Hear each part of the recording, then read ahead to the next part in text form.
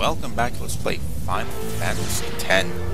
We're still in the Omega Ruins. We have gotten about halfway through and we defeated Ultimate Weapon. And we're going to move a little bit further because Omega, the Yevon traitor, is still alive in this one. Well, not really alive. He's an unsent. He turned into a powerful monster, one of the two super bosses of the game. Actually, there are a bunch of super bosses. I'm going to take that back. This big Marlboro-looking thing to fight.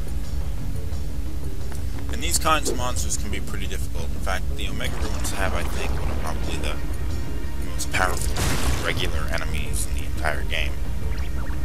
So it takes some effort to take these guys down, and a lot of times beating them involves, like, summoning an Aeon and beating them that way. So here we're going to have to do that.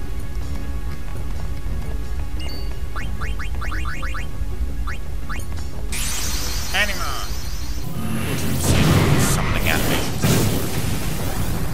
Something's the best part of these. Okay. This enemy doesn't really stand a chance up against Anima. Jeez, didn't even hit it. The damage, though, that this Aeon produces is freaky.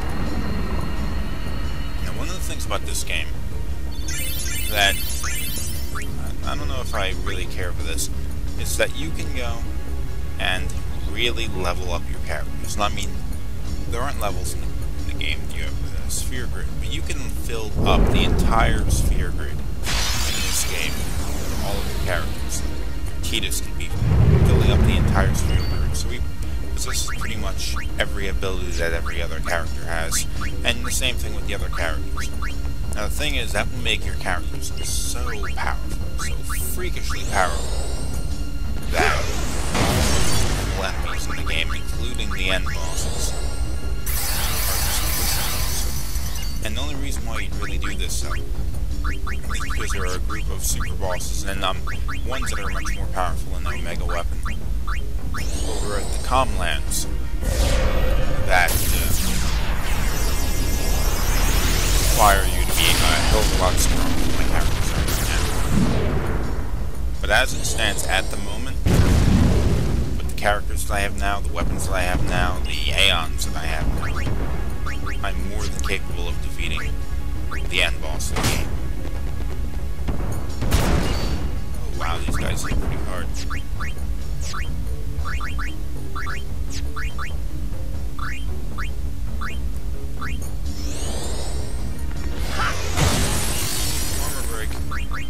Make sure you do that, because a lot of times I personally forget to use things like Armor Break or Magic Break or Power Break.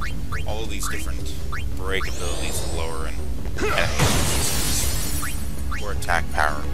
I just forget to do it.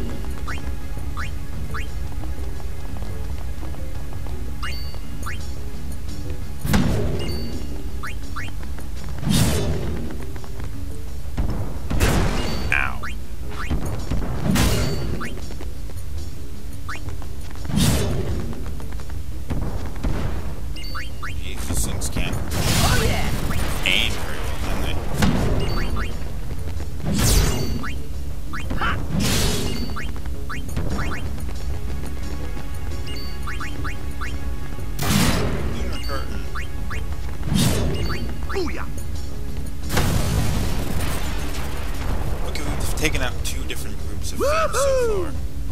Woohoo! But we're actually heading in the wrong direction. We've gone down to the end of this pathway and we can go and pick up this treasure chest. But this is actually the wrong direction. We wanted to go down the other way if we were going to go and find Omega. So let's head over that direction. Let's speed it up a bit.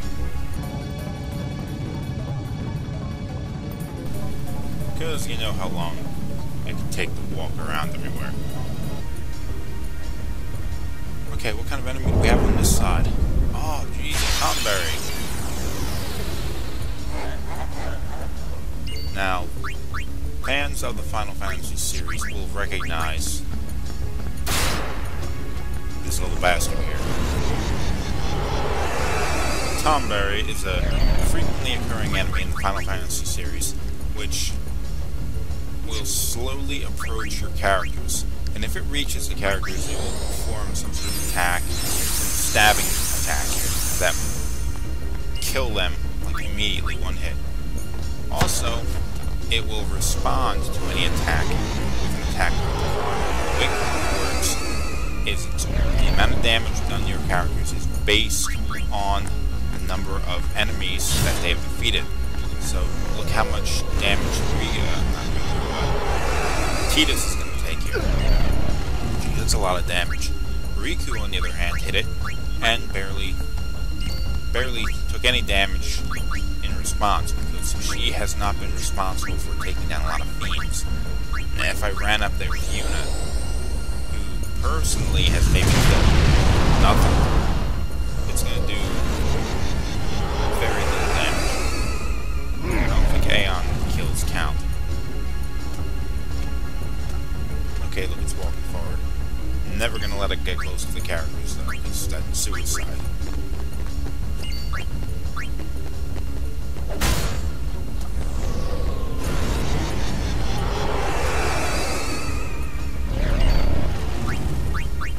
I'm trying to remember if Final Fantasy VIII used this enemy here. I don't know why I'm thinking of Final Fantasy VIII, but I cannot remember specifically if this enemy existed in that. Or 9, actually. Wow. I guess it did happen in 8. Maybe not 9, but never mind. I'm getting way off track here. Okay. I don't want these little bastards to kill my characters. So, pull out an Aeon and take it down. Go! Fight on! Now, I can't remember if this little bastard will do it. Voodoo. Yeah, there we go.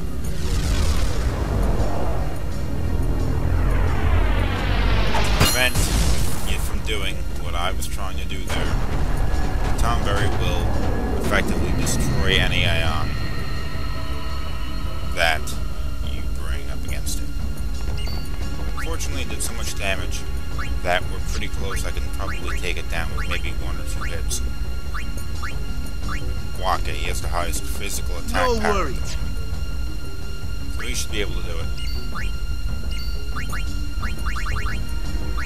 Oh, apparently I decided to summon another Aeon. Or maybe not. Okay, yeah. Summon another Aeon to fight it. At this point, I'd like to remind everybody that in this series, I am playing the game, recording it, and then producing the episodes with the gameplay footage that I record later on. So I'm recording the commentary hours, days, or sometimes even weeks after playing the game. So I'm not always able to remember what I had done, what strategies I'd taken, options I had chosen. So sometimes I'll fumble my speech like I did a few seconds ago. Well, Tomberry's done. Everyone gained the sphere level.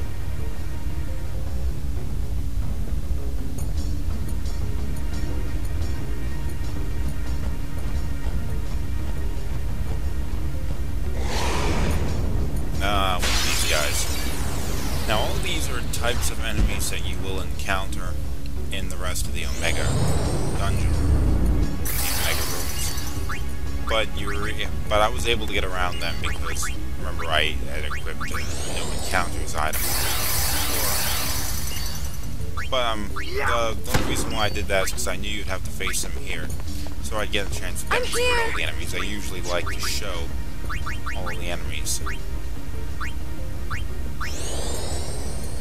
The strategy you're going to want to take with this guy is put haste on your characters, have Yuna there, So when this thing casts haste on itself, she can cast a spell, and it loses its haste power. Because it can be kind of a pain in the ass enemy.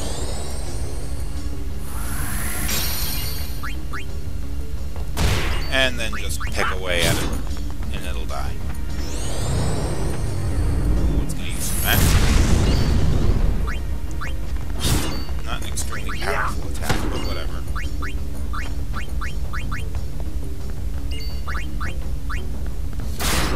Something you're gonna see me maybe do a bunch of times is I have Yuna there in the party, but she's not really that good of an attacker. So I have her in there as a healer. But when we get to the point where it's Yuna's turn and nothing needs to be healed, nothing needs to be dispelled, anything like that, I'll often swap her out for Riku. Only because Riku is the fastest character. At least I think she's the fastest character. And she has a higher attack power than Yuna. A little more options than we can do in the attack. Yeah! So, that's the only reason why I do that. Not that you really need to know this. I just have a long episode and I need to fill it out with some mindless babbling.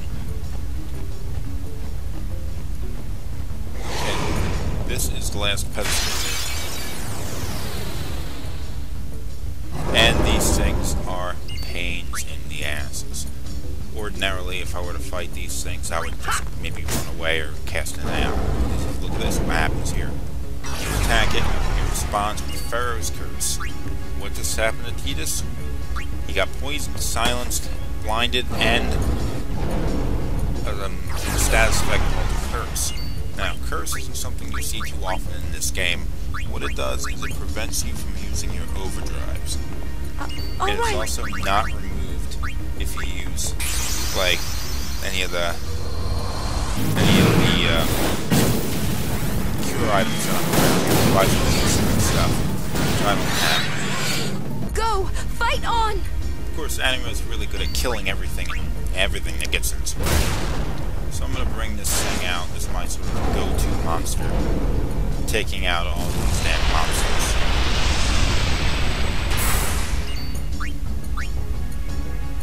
One down.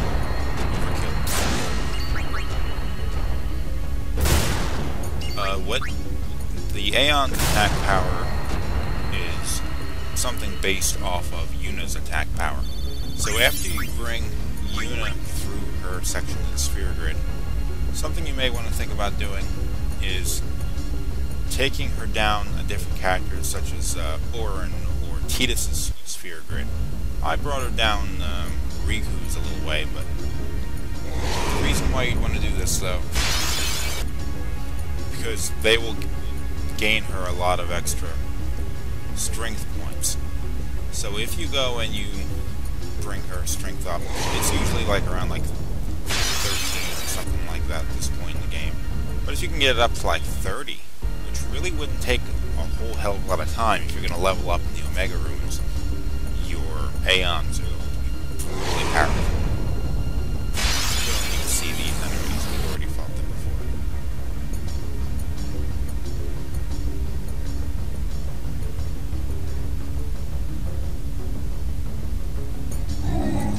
Ah, jeez, these guys.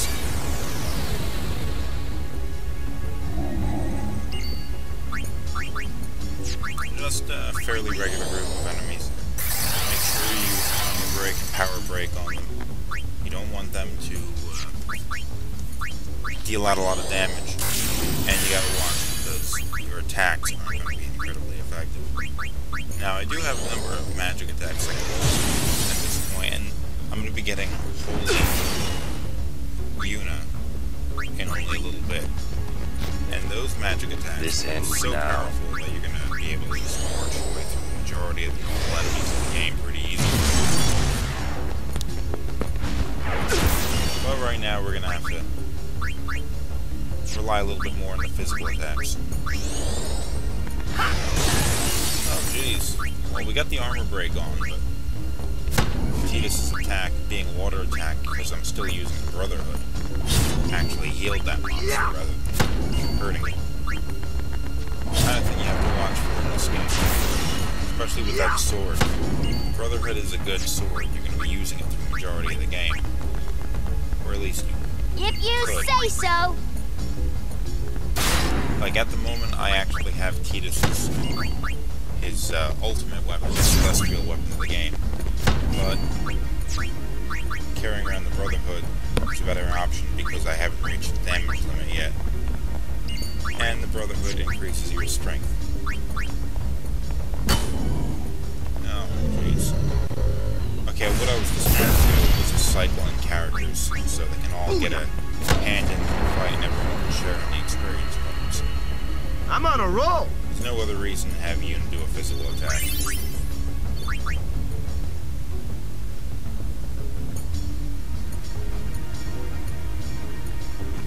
Okay, here we are. It seems we rate his personal attention now.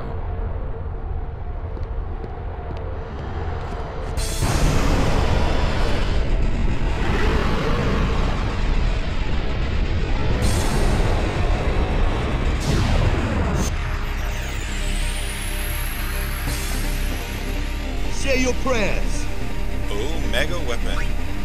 Now this guy is a fallen priest or monk or something of Yevon that turned against the Fijis. What exactly that meant, we don't really know. It's not revealed. And he was sentenced here to exile, and he eventually died here.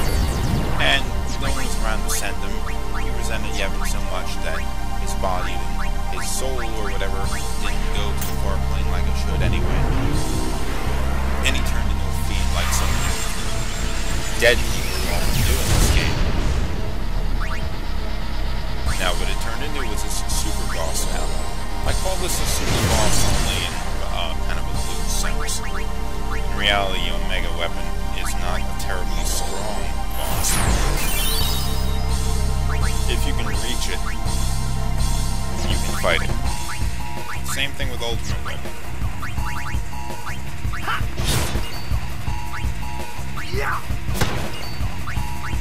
It's like a little bit of a wasted time, though. I mean, don't these guys have Sin to defeat? Of course, I'll cycle my characters in so they can share the experience points.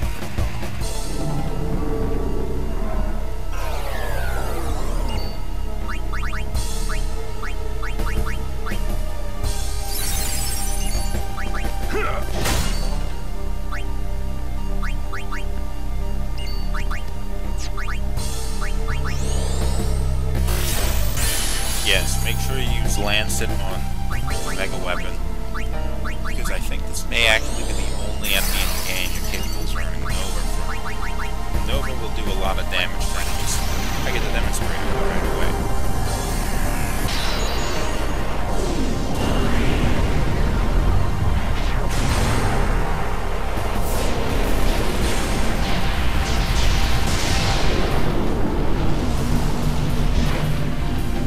Damage for a guy that can't break the damage barrier. I guess there's Kamari weapon, not weapon skill, but blue magic abilities that Kamari has are pretty good, but I mean his overdrives are a little bit underwhelming. I mean that did not quite look as cool as you'd think it would. Double cast of ultimate.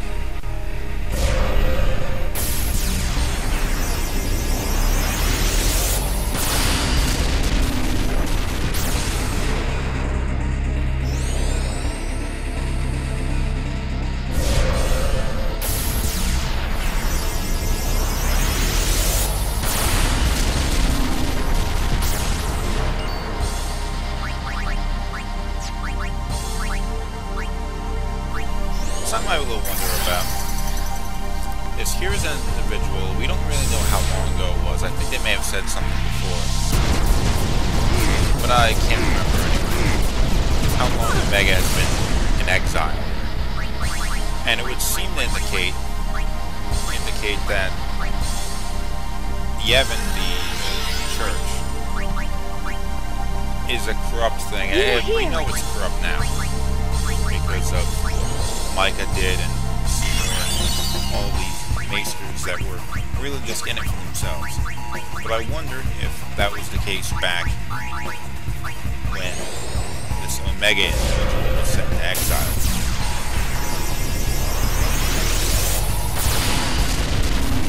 Although we do know now that basically the whole Yevon thing is horseshit. It's all a lie. Unalesca said it was capable of didn't have any way of defeating Seymour. They thought they did. They'd continue living rather than just abandoning all hope, laying down and dying. But Yevon, and maybe there was a time when Yevon either was actually ignorant of this fact, was sort of going along with the idea of giving rather than its sort of current incarnation of corruption and everything really being a selfish desire. Given the fact that Omega was banished, that could just be like more of a traditional concept of religious thing, where banish the heretic, you know, like that. But we're pretty close to the end of this fight. This is a whole lot of anima. He's got an overdrive, or she has an overdrive ready. Finish Omega weapon off.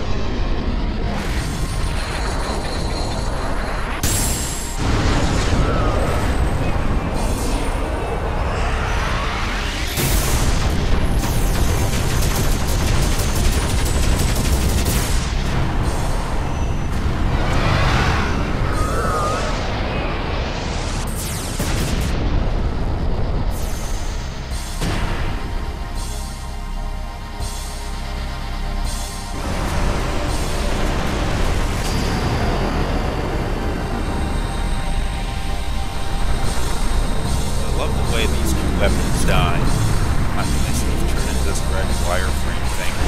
Just the way enemies were in Final Fantasy VII when they died. But also with that weird little firefly thing flying off of them, it just looks really cool. Find your peace on the far plane. Leave Spira to the living. Well, look who's talking. Orin goes and says, leave Spirit to the living. If you haven't forgotten, Orin is a corpse. He's a ghost running around, just like Seymour. Not quite the same thing as Omega, because Omega turned into a fiend. But, you know. Well, at the end of that battle, you're going to be thrown forward, or thrown back at the beginning of the dungeon. Now, the only reason I'm going to be heading back in here, though, is because there's one thing I want to go and pick up. And you're going to have to go and run the same direction I'm going here, because although it looks like it's kind of a maze, so you're not going to get down this. So I'm messing this up again. Back here, just follow where I'm going, and you'll find what I'm looking for. But now, I failed to pick this up when I came through here the first time. I just wasn't paying attention. I didn't see it. I had forgotten it was there. But now that we have time to head back, what do we have? Oh, it's on the floor over there. Go pick it up. Al-Behd Primer. That is the last Al-Behd Primer. W to Z. Now let's go see what happens if we go and jump back to the airship and go talk to Ren. Because remember, he's the one that's been encouraging Tidus to go and learn the Al-Behd language. May I help you? Thank you. Your patronage is very much appreciated. If there's anything I can help you with in the future, just ask. Ace, wing topped. Janokut. Wiraja fam may not windukia. Eiko, uluwi goof tranelg.